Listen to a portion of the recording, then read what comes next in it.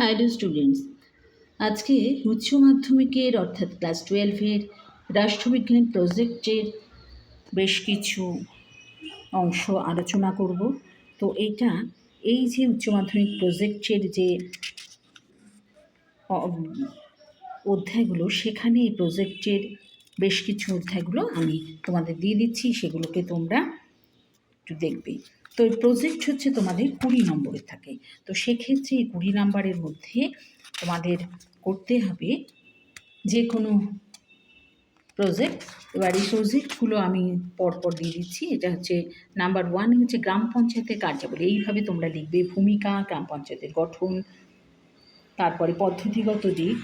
আর তারও আগে তোমরা যদি প্রকল্প কী, প্রকল্পের উদ্দেশ্য, প্রকল্প কাকে বলে, সেইগুলো একটু লিখে নিও। আর এইভাবে তোমরা এগুলোকে দেবে। তো দেখো, এটা হচ্ছে গ্রাম পঞ্চায়েত সম্বন্ধে চলছে, আর লাস্টে কিন্তু তোমরা মূল্যায়নটা দেবে। আর সব শেষে তোমরা কৃতজ্ঞতা স্বীকার দেবে। নাম্বার 2 হচ্ছে স্থানীয় রাজনীতি ও স্থানীয় উন্নয়ন প্রক্রিয়ার সিদ্ধান্ত গ্রহণী গ্রাম সংসদের ভূমিকা, এই সম্পর্কে একটা সমীক্ষা। তো এইভাবে তোমরা দেবে। সার্ভেটাও তোমাদের দিতে হবে। তো এইভাবে দিয়ে দিচ্ছি। আচ্ছা, নাম্বার 3তে হচ্ছে পৌর উন্নয়নে ওয়ার্ড কমিটি।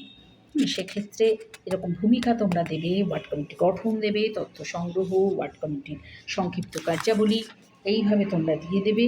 তো সিদ্ধান্ত, সীমাবদ্ধতা, এইভাবে দেবে। নাম্বার 4-এ হচ্ছে পঞ্চায়েত ব্যবস্থায় নেতৃবৃন্দের আর্থ সামাজিক প্রেক্ষাপট একটি সমীক্ষা। এই ভূমিকা দেবে, পদ্ধতিগত দিক দেবে, এইভাবে তোমরা দিয়ে দেবে। তো তোমাদের এগুলোকে আমি দিয়ে দিচ্ছি, এইভাবেই তোমরা দেবে। আচ্ছা, নাম্বার 5 হচ্ছে পরিবেশ রক্ষায় পৌরসভার ভূমিকা, এইভাবে দেবে।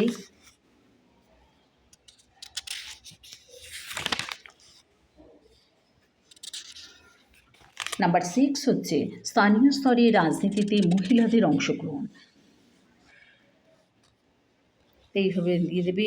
মহিলাদের যে লোকসভার সদস্য হিসাবে স্থানীয় স্তরের রাজনীতিতে মহিলাদের অংশগ্রহণ, এইভাবে একটা সার্ভে করে দেবে, সিদ্ধান্ত হয়।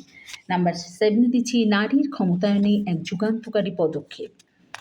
এটা কন্যাশ্রী প্রকল্প, বেটি বাঁচাও বেটি পড়াও প্রকল্প। তো এইভাবে দিয়ে দেবে। নাম্বার 8 হচ্ছে ভারতের পররাষ্ট্রনীতি, ভারতের সম্পর্ক বিশ্লেষণ, চীনের সঙ্গে সম্পর্ক বিশ্লেষণ, এইভাবে তোমরা এগুলোকে দিয়ে দেবে। নাম্বার 9 হচ্ছে বিশ্বায়ন, ভারতের উপর প্রভাব।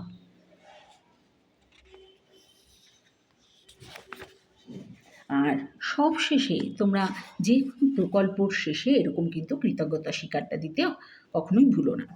তো এক্ষেত্রে ছাত্র বা ছাত্রীর স্বাক্ষরটা তোমরা দেবে।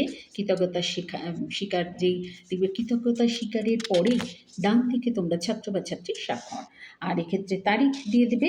এইভাবে তোমরা শেষ করবে। তাই ক্লাস 12-এর এই প্রজেক্টটা কিন্তু যেটা দিলাম তোমাদের অনেক কাজে দেবে। এটা ছিল ক্লাস 12-এর রাষ্ট্রবিজ্ঞানের প্রজেক্ট।